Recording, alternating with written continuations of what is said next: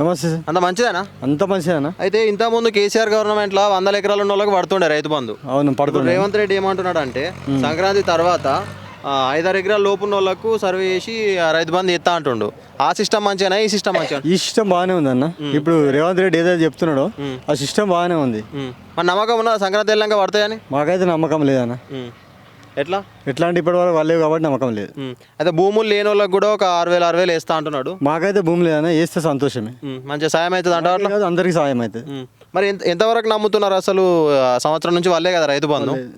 పడుతుందా? నమ్మకం వస్తుందా? ఎట్లా? నమ్మకం లేదు అంటున్నాం అన్న. నమ్మకం అయితే లేదు. 6 గ్యారంటీలు ఎంతవరకు అమలైనా ఎట్లుంది కథ? ఏం గ్యారంటీ అయినా? ఫ్రీ బస్సు పథకం ఎట్లున్నది?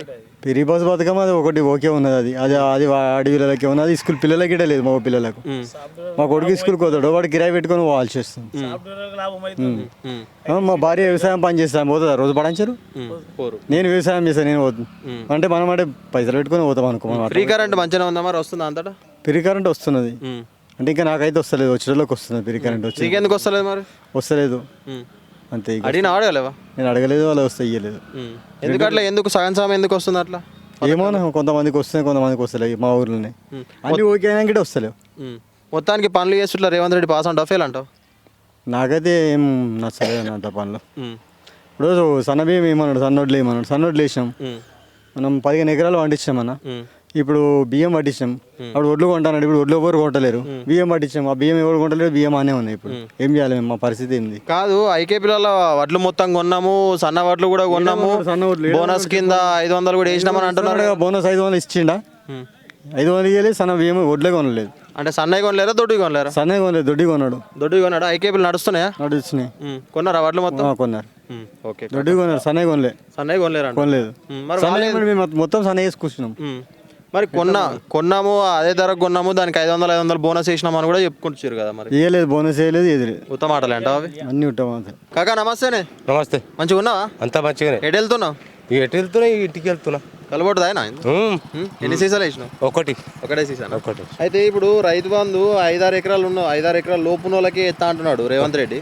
కరెక్టే అంటావు పద్ధతి? కాదు కాదు. ఎట్లా వేయాలంటావు? ఇంతకుముందు ఎట్లేసిండు అట్లా వేయాలి. ఇంతకుముందు కేసీఆర్ ఎట్లా వేసిండు అంటే 100 ఎకరాలు ఉన్న వాళ్ళకి కూడా వేసిండు. అవి వద్దు. ఇప్పుడు 5 ఎకరాలు ఉన్న కాడికి వెళ్ళి సురు పెట్టుకరా. ఇప్పుడు 10 గుంటలు ఉన్నోనికి 5 గుంటలు ఉన్నోనికి అవి వేసుకరా. అదో పద్ధతి. 5 లోపల ఉన్న వాళ్ళకి వేస్తాను. అదే చెప్తున్నా కదా. అంత దూరం అంటే మరి సరిపోలేం. ఆడు గుద్దపచ్చిపాయ ఎవడు 100 ఎకరాలు ఉన్నాడు. మరి ఆడు పంట పెట్టుకున్నాం సరే. మరి మన చుట్టూ ఇట్లా 10 గుంటలు ఉందంటే 10 గుంటలు మనం పంట పట్టుకున్నాం అనుకో, మనము బతికిపోతాం. పద్ధతి మంచిదే అంటావు ఇది సిస్టమ్? ఈ సిస్టమ్ మంచిది. మరి అయితే భూమి లేని వాళ్ళకి కూడా 6,000 ఇస్తాను అంటున్నాడు. 28 ఇవ్వచ్చు అంటావా? తప్పేమి కూడా ఇవ్వచ్చు, ఉన్న వాళ్ళకి 5 లోపల ఇవ్వచ్చు. 5 లోపల ఇవ్వచ్చు. రేవంత్ రెడ్డి పథకాలు ఇట్లా అన్ని ఎట్లుంటున్నాయి అసలు? ఇక ఎట్లుంటున్నాయి అంటే ఇప్పుడు ఇవి రెండు నాకు మటుకు ఇది ఒకటి చాలా తప్పు చేసాడు. ఎవరు? రేవంత్ రెడ్డి. ఏది బస్ ఎట్లా అనిపిస్తుంది? గదే ఉన్న తప్పు. ఎట్లా తప్పాను? కనీసం అలా సగమన పెట్టినాం కాకపోవాలి కాడీలకు. ఆరే మనం ఎక్కితే వాళ్ళు పెద్ద ఘోష నిలబడస్తలేదా? ఏక్క నిలబడ చూడు. వారితో కొట్టాడే వేసాము. ఇక మనం అరవాదాకా నీకు సంధి ఇయ్యరాడు. పిరి కరెంట్ ఎట్లున్నది మళ్ళీ? ఇక పిరి కరెంట్ బాగానే ఉంది. దానికి ఇట్లా లోలు పెడతాడు. ఇంతకుముందు నాకు కేసీఆర్, ఇప్పుడు నేనే. ఇగో ఇద్దరు ఇట్లా అంటే ఈయన కూడా చేసే పనులు కొన్ని మంచిగా చేసాడు. కానీ ఇది ఒక్కటి కరెంట్ చేసాడు. ఏది? పిరి బస్ ఒకటి. గది టెన్షన్. అందరు ఎవరు చూడు అదే నోటికెళ్ళి వస్తుంది. కాకా నమస్తేనే. నమస్తే. అంత మంచిదేనా? అంత మంచి. వ్యవసాయం ఉన్నదా? ఉందండి. రైతు బంధు పడుతుందా మరి రేవంత్ వచ్చినాక? రైతు బంధు లేదండి. అయితే వేస్తా అంటున్నాడు. సంక్రాంతి తర్వాత ఇట్లా పడతాయి కావచ్చు అంటున్నాడు. ఏది 5-6 ఎకరాలు ఉన్న వాళ్ళకి వేస్తాను అంటారు. కరెక్టే అంటావు అట్లా? ఇక ఏమో పరిష్కారం ఇప్పటికైతే ఏం లేదు. ఇంతకుముందు 100 ఎకరాలు ఉన్న వాళ్ళకి కూడా పడ్డది కదా మన కేసీఆర్ ఉన్నప్పుడు. ఇప్పుడు 5-6 ఎకరాలు ఉన్న వాళ్ళ వరకే వేస్తాను అంటున్నాడు. సో అది 2-3 రోజులల్లో ఏటో సెట్ చేస్తారు అన్నట్టు. అయితే ఎట్లా?